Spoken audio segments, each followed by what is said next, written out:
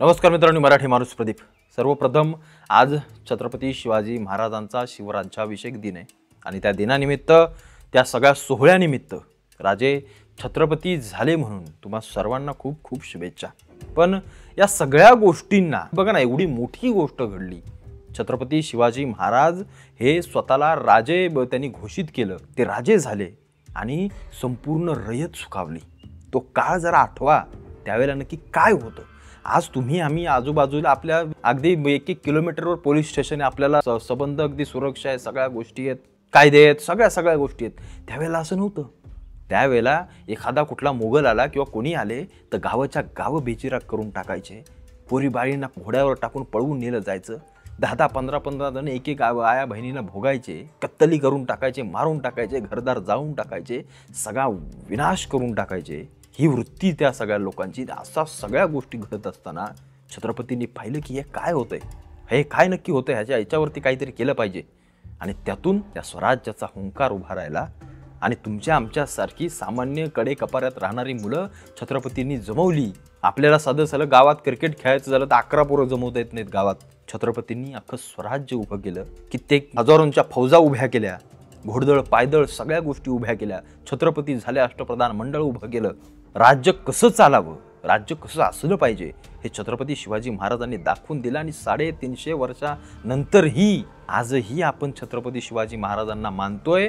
याचं कारण म्हणजे त्यांचा त्याग, त्यांनी केलेलं समर्पण आपल्या रयतेसाठी, आपल्या लोकांसाठी।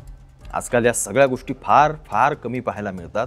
म्हणून म्हटलं जातं, जोपर्यंत चंद्र सूर्य आहे तोपर्यंत छत्रपती शिवाजी महाराजांचं नाव अजरामर राहील आणि यामध्ये काही चूक नाहीये, वावगं नाहीये। पण या सगळ्या त्यांच्या जयंत्या असो, त्यांचा राज्याभिषेक दिन असो, त्यांची कोणतीही गोष्ट असो, मग ती छत्रपती संभाजी महाराजांची असेल किंवा कोणत्याही आपल्या सरदारांची असेल, आपल्या मराठा साम्राज्यातल्या कोणत्याही व्यक्तीची असेल, त्या सगळ्या गोष्टी एका वादात येऊन नेहमी आणि दरवर्षी सापडतात। तो वाद म्हणजे तारखेचा आणि तिथीचा। मला आता अनेकांनी मेसेज वगैरे केले की दादा ते काय आता 6 जून सगळे करत बसतायत, आपल्या छत्रपतींचा राज्याभिषेक तर तिथीनुसार झाला पाहिजे, एवढी मोठी गोष्ट आहे। त्या रायगडावरच्या शिलालेखामध्ये देखील तिथीनुसार सगळा उल्लेख केला, तारखेचा काही संबंधच नाहीये। मग हे सगळं तारखेनुसार आणि या सगळ्या गोष्टीनुसार का? तर याच्यावर माझं मत काय, या सगळ्या गोष्टींविषयीच मला बोलावंसं वाटलं, म्हणून मला बोलायचंय की नक्की काय हा वाद काय तिथीचा आणि तारखेचा, आणि काय याने फरक काय पडणार, या सगळ्या गोष्टी जरा समजून घेऊया। तिथीनुसार म्हणजे आपल्या हिंदू कॅलेंडरनुसार किंवा आपल्या हिंदू धर्माच्या सगळ्या गोष्टींनुसार आपण तीथ पाहतो। म्हणजे आता आलेला चैत्र महिना याच तारखेला पुढच्या वर्षी येईल की नाही सांगू शकत नाही, मागे पुढे सगळ्या गोष्टी होत राहतात। या सगळ्या गोष्टी ग्रहांवरती असतात, त्या तुमच्या पंचांगांवरती असतात आणि त्याच्यानुसार मग त्या सगळ्या गोष्टी ठरवल्या जातात। त्याचनुसार तिथीनुसार, त्याला तीथ म्हटली जाते, त्यानुसार छत्रपती शिवाजी महाराजांची जयंती त्याच तारखेला येणार नाही, त्यांचा राज्याभिषेक दिन त्याच तारखेला येणार नाही, पुण्यतिथी त्याच तारखेला येणार नाही। हे अगदी बरोबर आहे, कारण दरवर्षी ते बदलत राहील आपल्या हिंदू सगळ्या गोष्टींनुसार।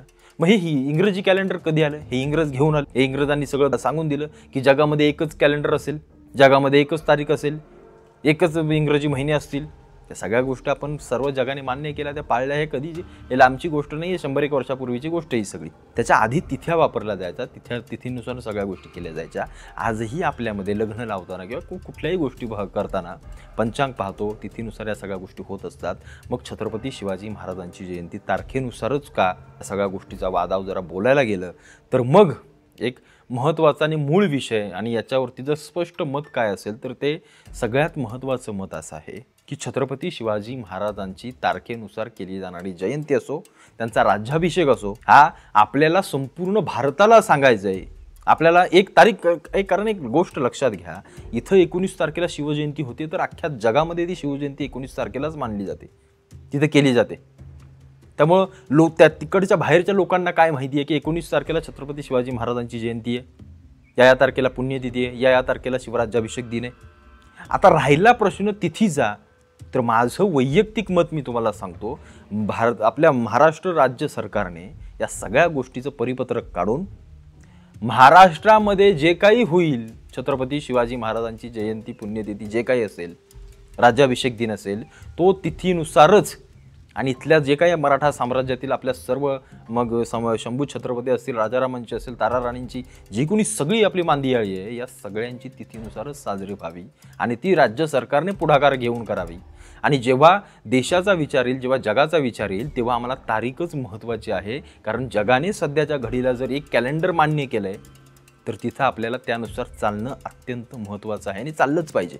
त्याशिवाय या सगळ्या गोष्टी सर्वदूर पोहोचणार नाहीत. त्यांना नाही माहिती की तिथी कधी काय आहे आणि काय नाही, पंचांग त्यांना काही घेणे देणं नाही, त्यांना माहीत पण नाही असलं काय असतं ते. त्याच्यामुळं आपल्याला आपल्या राज्यामध्ये करत असताना आपल्याला तिथीनुसार केली पाहिजे. छत्रपती शिवाजी महाराज जर इथल्या मातीचे आहेत, तर आपण ते राज्य सरकारने पुढाकार घेऊन राज्य शासनाच्या म्हणजे सरकारी जी जयंती आपण किंवा राज्याभिषेक जो सन्मान जो काही सोहळा केला जातो जो काही, तो तिथीनुसार व्हावा. आणि ज्या काही बाकीच्या गोष्टी आहेत, मग देशभर असो किंवा बाहेरच्या याच्यामध्ये, तर तारखेनुसार केलं तरी काय हरकत नाही आहे. त्यामुळे हा उगाच काहीतरी वाद उकरून काढणं तिथीनुसार की तारखेनुसार. छत्रपती शिवाजी महाराजांनी तारखेनुसार आणि तिथीनुसार लढाया नाही केल्या. वेळ येईल तेव्हा लढाई केली, वेळ येईल तेव्हा संकटांना सामोरे गेले. या सगळ्या गोष्टी म्हणजे आता छत्रपती शिवाजी महाराज आपल्या समजून घेताना का आपण तिथे तारख काढत बसणार आहे का? हातात पुस्तक आलं की इतिहास वाचायचा, मनाला वाटेल तेव्हा गडावर जायचं, गड फिरायचं, तो इतिहास पाहायचा. त्याच्यामुळं या सगळ्या गोष्टी उगाच काहीतरी फाटक्या याच्यात काढून उगाच काहीतरी त्याच्यावर पीठ दळत बसण्यात काहीही अर्थ नाही आहे. ज्याला वाटते तिथीनुसार करायचा त्यानं तिथीनुसार दणक्यात साजरा करावा. ज्याला वाटते तारीख महत्त्वाची त्यानं तारखेनुसार करावा. करणं सगळ्यात महत्त्वाचं आहे.